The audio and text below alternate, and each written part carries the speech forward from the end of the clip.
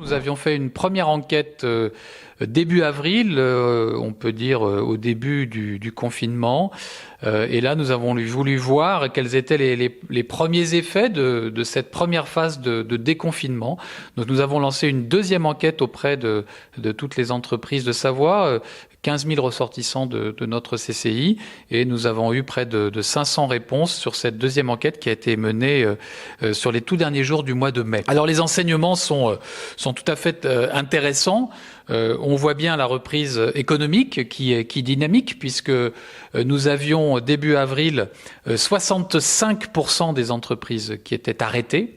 Et nous n'avons plus fin mai que, fort heureusement, 27% des entreprises qui sont encore arrêtées. Ça reste beaucoup, mais c'est une progression très, très nette. Et les entreprises les plus impactées, et celles qui sont encore arrêtées à fin mai, sont bien sûr les entreprises du tourisme, les cafés, les hôtels, restaurants, les acteurs du tourisme, qui pour 75% d'entre eux sont malheureusement toujours à l'arrêt fin mai. C'est normal puisque, vous le savez, les bars, les restaurants n'ont pu ouvrir que début juin.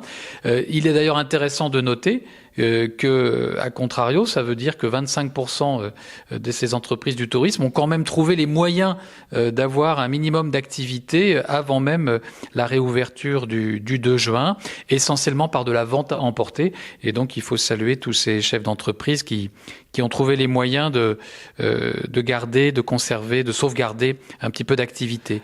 Nous avions 72% des commerces qui étaient fermés début avril. Ils ne sont plus que 30% à être fermés fin mai. Ça reste beaucoup. On aurait pu s'attendre à une ouverture beaucoup plus systématique des commerces, mais ça s'explique par le fait que certains commerces ont des difficultés à appliquer les mesures sanitaires ou ont des difficultés à trouver un équilibre économique en raison des surcoûts sanitaires importants auxquels ils doivent faire face. Alors justement, ces surcoûts, on a essayé un peu de les cerner. On voit que 44% des entreprises ont dû consentir des surcoûts sanitaires pour pouvoir reprendre leur activité. C'est près de la moitié, c'est beaucoup, notamment bien sûr tous les commerçants. Et on voit que pour 2/3 de ces entreprises qui ont dû consentir des surcoûts sanitaires, eh bien ces surcoûts se sont élevés à plus de 5 000 €, ce qui est une somme très considérable, notamment pour des entreprises de petite taille, ce qu'on appelle des TPE de moins de 10 salariés, voire des entreprises indépendantes sans salariés. Les chiffres d'affaires repartent, mais ils repartent, j'allais dire, lentement et timidement. Nous avions au mois de mars 60% des entreprises dont le chiffre d'affaires était impacté à plus de 50% par rapport au mois comparable de l'année dernière. Ce chiffre est même monté à 71% au mois d'avril. Il est retombé à 54% au mois de mai. Et à fin mai, au moment de l'enquête, il y avait encore 36% des entreprises dont le chiffre d'affaires avait chuté de plus de 50% par rapport à la même période de l'année précédente. Donc ça reste très considérable. Les impacts sont lourds, les impacts sont difficiles. Et la conclusion évidente que nous en tirons, c'est qu'il n'y aura pas du business pour tout le monde et que ce sont les plus compétitifs qui pourront tirer leur épingle du jeu, qui pourront développer leur part de marché et retrouver un chiffre d'affaires qui leur permette d'atteindre un équilibre économique. À la fin du mois de mai, encore près d'un quart des entreprises qui déclarent de très grandes difficultés de trésorerie. C'était près d'un tiers début avril, donc on a quand même une nette amélioration. Cette amélioration vient de tous les dispositifs d'aide financière qui ont été mis en place par l'État français, le gouvernement, le Parlement, mais aussi par notre région Auvergne-Rhône-Alpes, mais ça reste quand même des scores très préoccupants. Près d'un quart des entreprises en grande difficulté de trésorerie.